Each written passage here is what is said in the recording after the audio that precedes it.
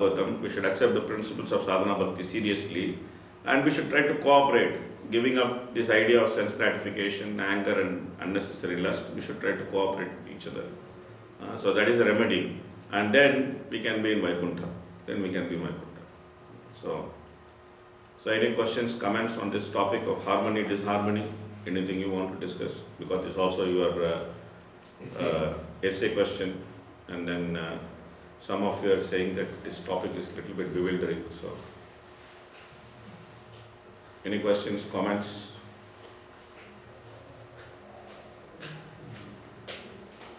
What is Prabhupada's mood? Prabhupada's mood is to actually create Vaikuntha within this material world by preaching Krishna consciousness. That is Prabhupada's mood and Prabhupada's mission. Prabhupada said that his temples are Vaikuntha. And Prabhupada also says that if we live in harmony, then we can live in Vaikuntha. Cooperate. So this is the point. That's why it is part of Prabhupada's mood and mission. Yes.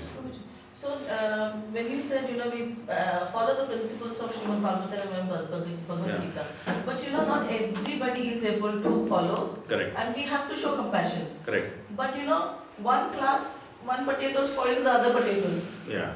So, especially the younger generation or the Western crowd. Can't blame like that. But No. yeah, I understand the point. Generalizing. But the culture that they bring in, especially in Mayapur now. I mean, I know US and everything is okay because that's how it is naturally.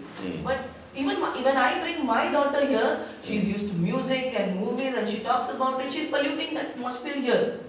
Here the kids are very, very nicely brought up. So, what to speak of others, my own child, I will say. So, yes, everybody should show compassion to her, I should also show, but at the same time, she's bringing in something I cannot control. I mean, I'm trying to, Okay. I cannot say I cannot do it at all, but Okay. it's there now in her system, Okay. and she's spreading it out. The same way the other children are also spreading it out. Okay. So, at the grassroots level, the corruption has started in the young generation. Okay. So, what about, elders they are following, yes. We have willfully made a choice. Children are also trying to make a choice. But then, there is always going to be I see it. Western crowd and the Indian crowd are different. No, it's not like Western Indian. Not so Okay, much. but because it's culturally so different. So the point is that, let me explain. Okay. Some of your statement is true, but some of your statement is not well considered. Okay. I would not say false, but I would say well considered. Okay. Why it is not well considered? Because you can't just blame one set of people. Okay. There are many new people who are coming to Krishna consciousness. Okay. So when they come to Krishna consciousness, they come with their own prejudice, their own understanding, their own culture, or whatever it is. Okay. So they all bring that baggage with them. And not only they bring that baggage, they also try to spread that baggage. Yes. Okay. This is common. It's not a challenge which is only coming from younger generation. It's not a challenge which is only coming from a particular region of this world. It is not a challenge which is coming from a particular. It is the very nature of the preaching movement. It brings up this challenge. Okay. And this challenge from day one is there. It's not that it is not there. Any preaching movement, if you have an institution, and if that institution is meant to spread Krishna consciousness to mass of people, then that institution will face this challenge. Okay, because it will bring Krishna consciousness to so many interested parties. And each of them will be interested in Krishna consciousness at different levels. But they will all come together. And when they come together, they will bring their own understanding of Krishna consciousness. And they will also bring their own culture, their own habits, their own things. So this is bound to happen in a preaching movement. Okay, so this is unavoidable. This is bound to happen in a preaching movement. So then how to harmonize, how to bring things together? The way to harmonize, the way to bring things together is to focus on the instructions of Prabhupada and consistently give importance to those instructions of Prabhupada.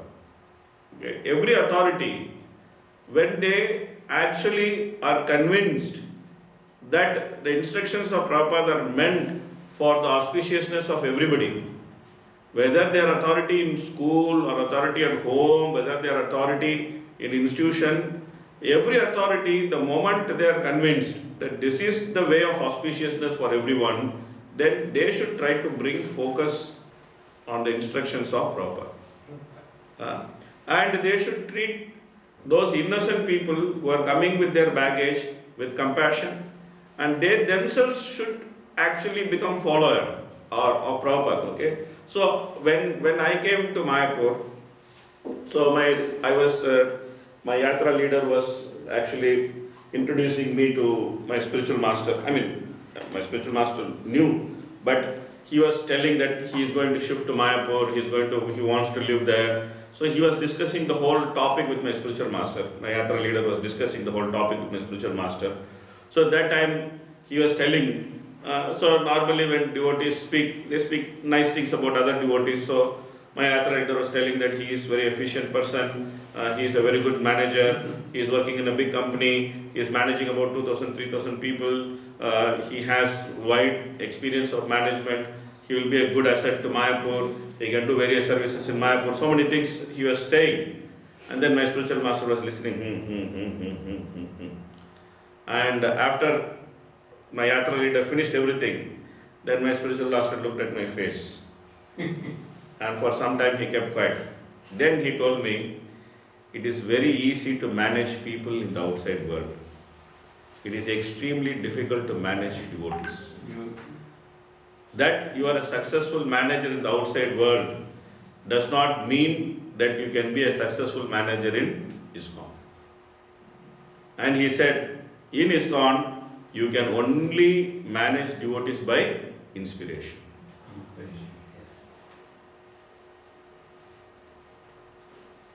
I did not understand the gravity of that advice at that time.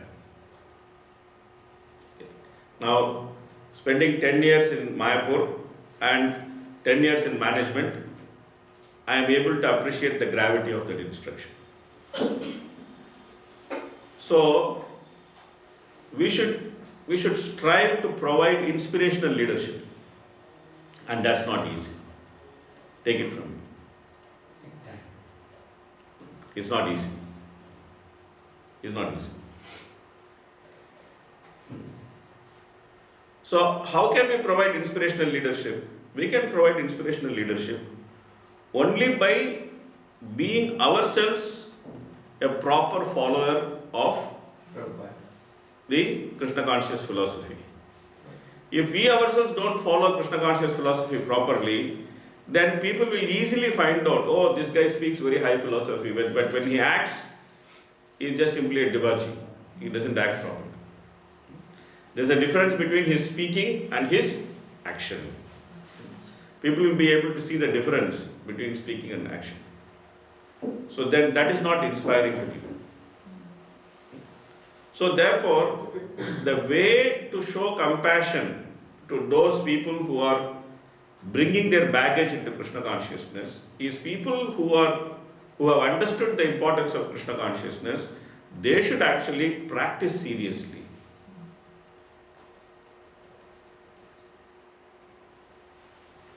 Because when we practice seriously, and then when everyone sees that yes, this person is actually practicing Krishna consciousness seriously, and he is happy, he is progressing in Krishna consciousness, there is nothing more inspirational than that. There's nothing more inspirational than that. So that's what we should do. That's what Prabhupada is saying, that we should actually focus on how to, they should practice satisfying the senses of the Supreme Lord instead of trying to satisfy their own senses. So this will cause people to take up the same culture, the culture of Srimad Bhagavatam. We may come from different cultures. Okay? We may have different cultural understanding. But all of us are meant to take up one culture. What is that culture? The culture of Srimad Bhagavatam. So that culture everybody should subscribe to. We should not try to identify ourselves as I am Indian devotee, I am Western devotee. Within Indian devotee, I am Bengali devotee. I am non-Bengali devotee. I am South Indian devotee, I am Malayali devotee. So all these things is useless. Because the first lesson we learn is we are not this body. So if we are not this body, then we should subscribe to one culture. Like in the beginning of the introduction to Bhagavad Gita, Prabhupada is quoting Gita Mahatmya by Shankaracharya. Ekam Shastram Devaki Putra Gitam Eko Devo Devaki Putra Eva Eko Mantras Tasya Namani Yani Karmabhi Ekam Tasya Devasya Seva. This is Krishna consciousness. That we have one scripture which is Krishna's words, and we have one mantra which is Krishna's name. We have one occupation which is to serve Krishna, and we pray to that one God who is Krishna, the Supreme Personality of God. So we should come to that culture rather than trying to identify ourselves through various cultures. So if we are able to do that, to the extent we are able to do that, to the extent we will be able to remove the reason for disharmony.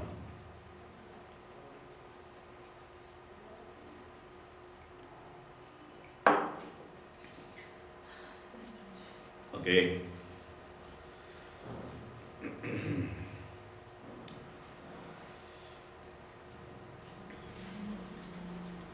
So then there is a lot of description of the Lord's form, which you saw.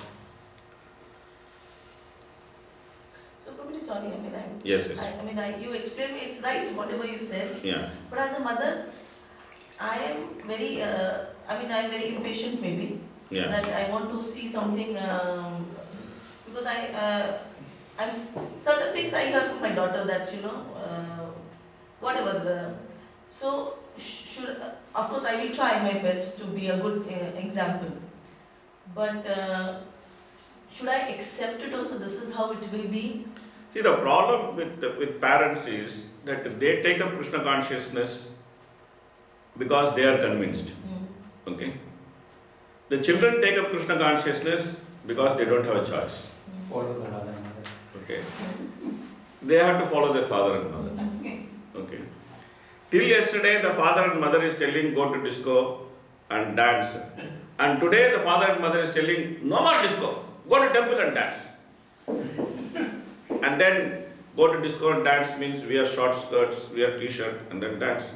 And then go to temple means cover yourself fully and then dance. So, the tectonic shift which the father and mother have made in their consciousness, children are not machines. You can't switch them off and switch them on. So, they have made their shift.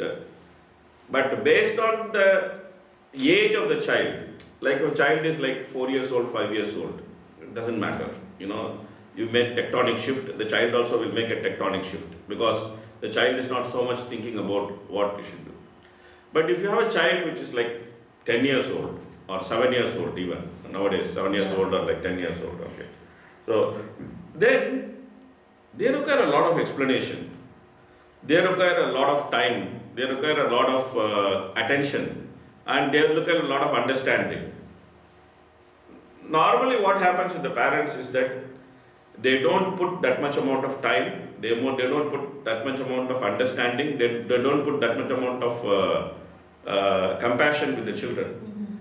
They are, children are not a dumping ground of our dreams. See, like many parents think that children should be the dumping ground of our dreams. Like in India, it is very common that the parent will tell the child, I didn't become a doctor, you become doctor. अरे तुम गधा है, तुम doctor, you are donkey, you didn't become doctor, you suddenly want your son to become doctor or doctor to become doctor. What is this? So I didn't become engineer, you become engineer. So you didn't become engineer, but that fellow wants to become something else. Why don't you think that that fellow is an individual and he may want to become something else? So same way, the same attitude we bring to Krishna consciousness. I was not devotee when I was 10 years old. You should take initiation when you are 12 years old. Prabhupada is saying, initiation 12 years old. You should take initiation when you are 12 years old. You took 2 donkey years to take initiation and you want your daughter to take initiation, son to take initiation when you are 12 years old. 2 years? That's so much. Means about 28 years. One donkey is roughly 14 years. In Tamil we have expression. So they say, you are old, 2 donkey years old and you are still not behaving properly. Cannot take it. The young children cannot take it. Too much pressure. So the point is that gone. we should understand that they have their own individual personality and we should try to work with them. Not, see, this is too extreme. One extreme is Krishna conscious parents saying that, oh, the child will get kicked in Maya and then the child on its own will take the Krishna consciousness whenever it happens. This is one extreme. The other extreme is that put the child, so both the extremes don't work. As a parent, we have responsibility. Our responsibility is to make our children Krishna conscious. So we have to see how they can be made Krishna conscious. What is the best way they can be made Krishna conscious?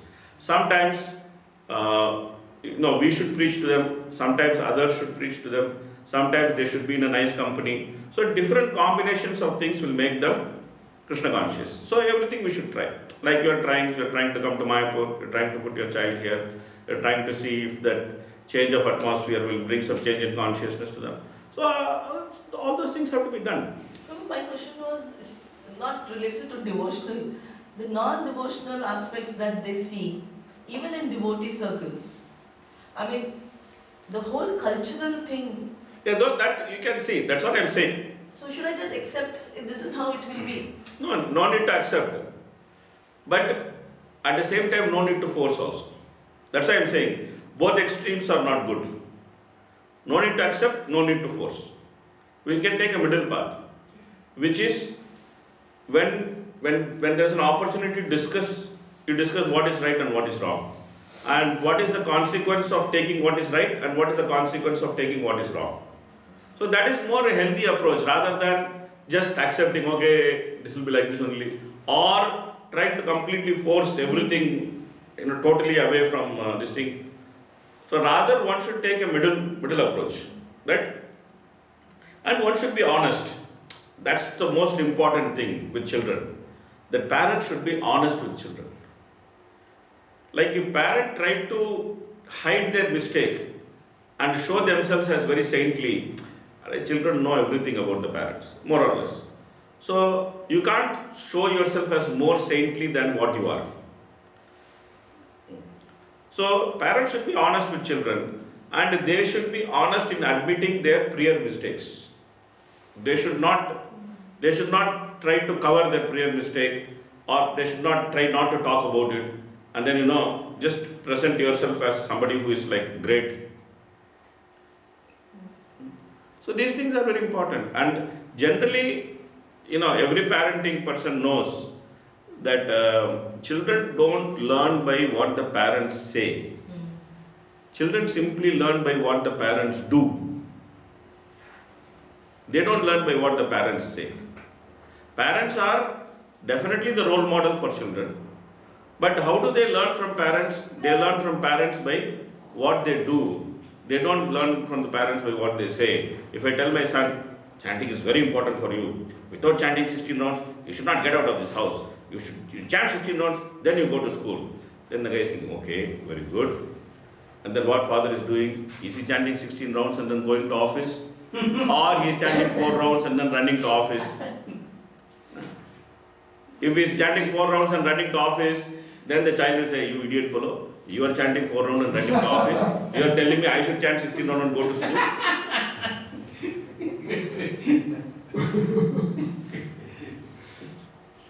They will ask some nowadays children. So that is the point. They see what we do, how much importance we give to Krishna consciousness. Like when we demonstrate to children that Krishna consciousness is our life, then they accept it. But when we tell children that Krishna consciousness is your life, And then when we are acting in such a way that everything else is our life and Krishna consciousness is also there, then they will also think, oh, preaching we should do like this, but acting we should do something else. They learn from parents. That's why, many times what happens, you find that second generation devotees are very skeptical. Why? Because they have actually seen their parents and they think that there is some sort of hypocrisy.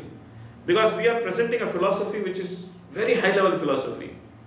And when our action don't conform with our philosophical presentation, then they start thinking, oh, these guys are hypocrites.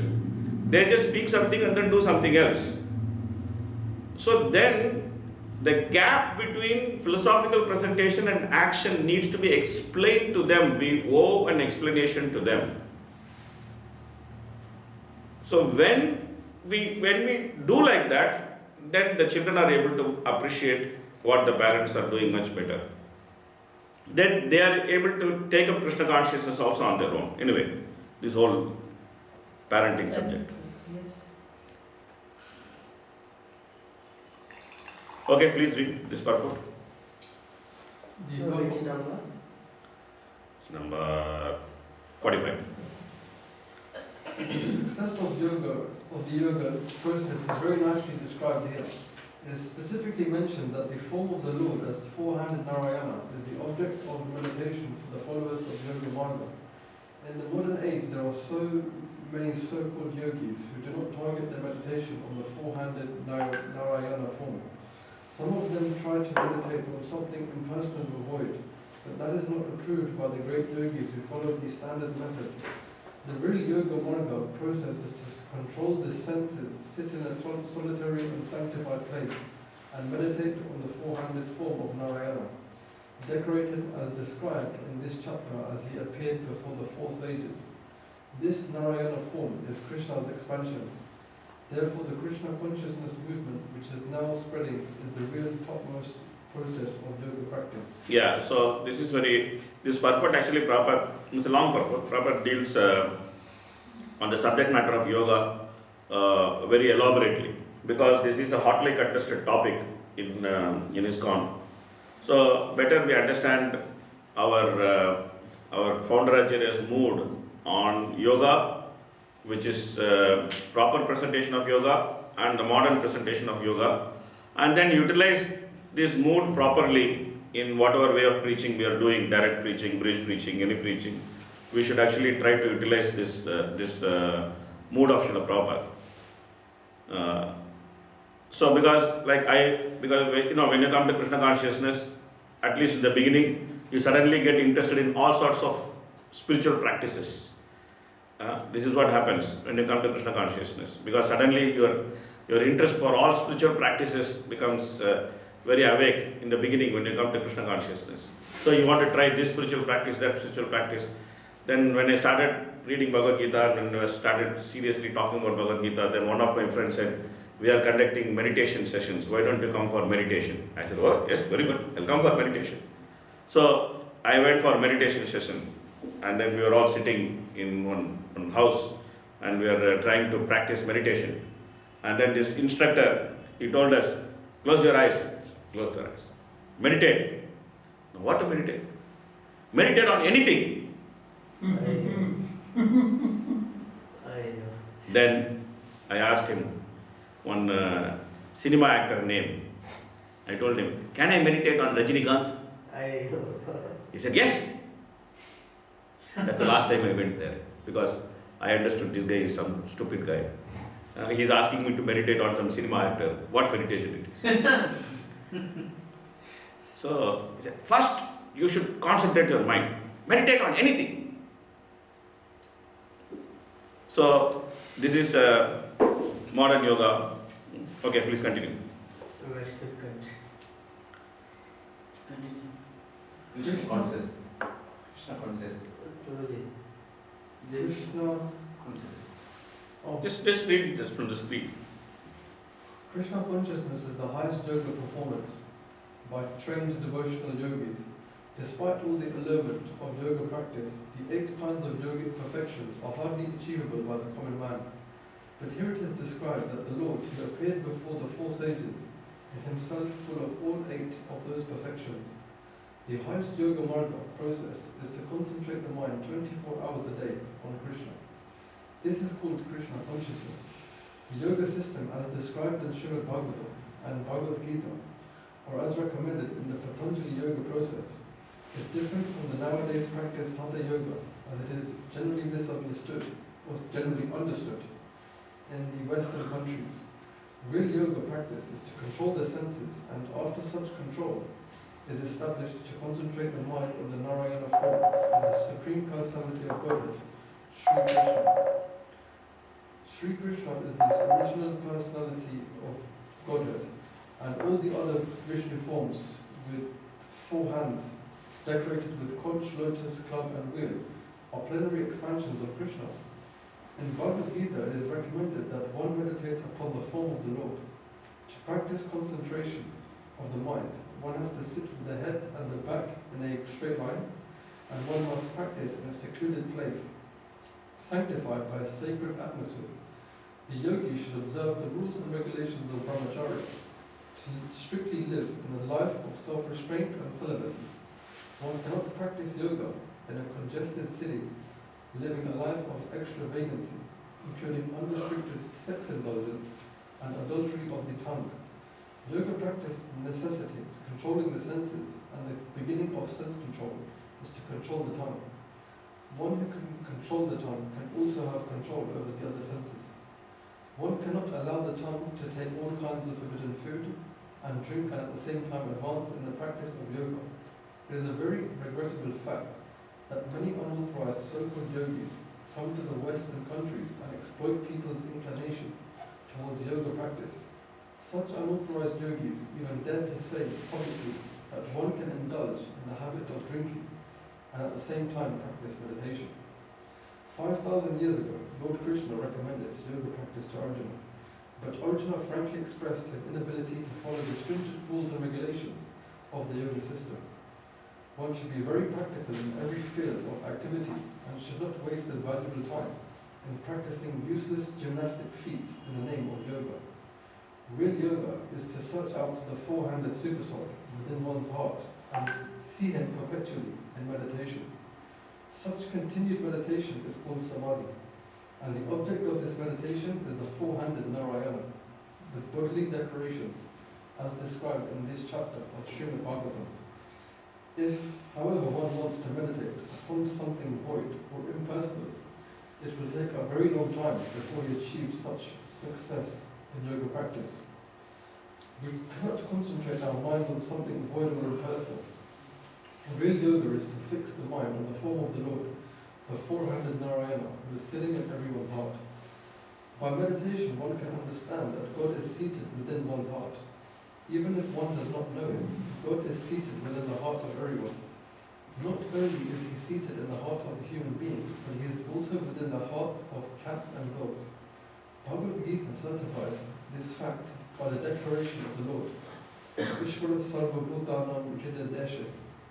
The Ishvara, the supreme controller of the world, is seated in the heart of everyone. Not only is he in everyone's heart, but he is also present within the atom. No place is vacant or devoid of the presence of the Lord. That is the statement of Vishnu Upanishad. God is present everywhere, and his right of proprietorship applies to everything. The feature of the Lord by which he is present everywhere is called Paramatma. Atma means the individual soul, and Paramatma means the individual supersoul. Both Atma and Paramatma are individual persons. The difference between Atma and Paramatma is that the Atma or the soul is present only in a particular body, whereas the Paramatma is present everywhere. In this connection, the example of the sun is very nice. An individual person may be situated in one place, but the sun, even though a similar individual entity, is present on the head of every individual person. In Bhagavad Gita, this is explained. Therefore, even though the qualities of all entities, including the Lord, are equal, and the supersoul is different from the individual soul by quantitative power of expansion, the Lord or the supersoul can expand itself into millions of different forms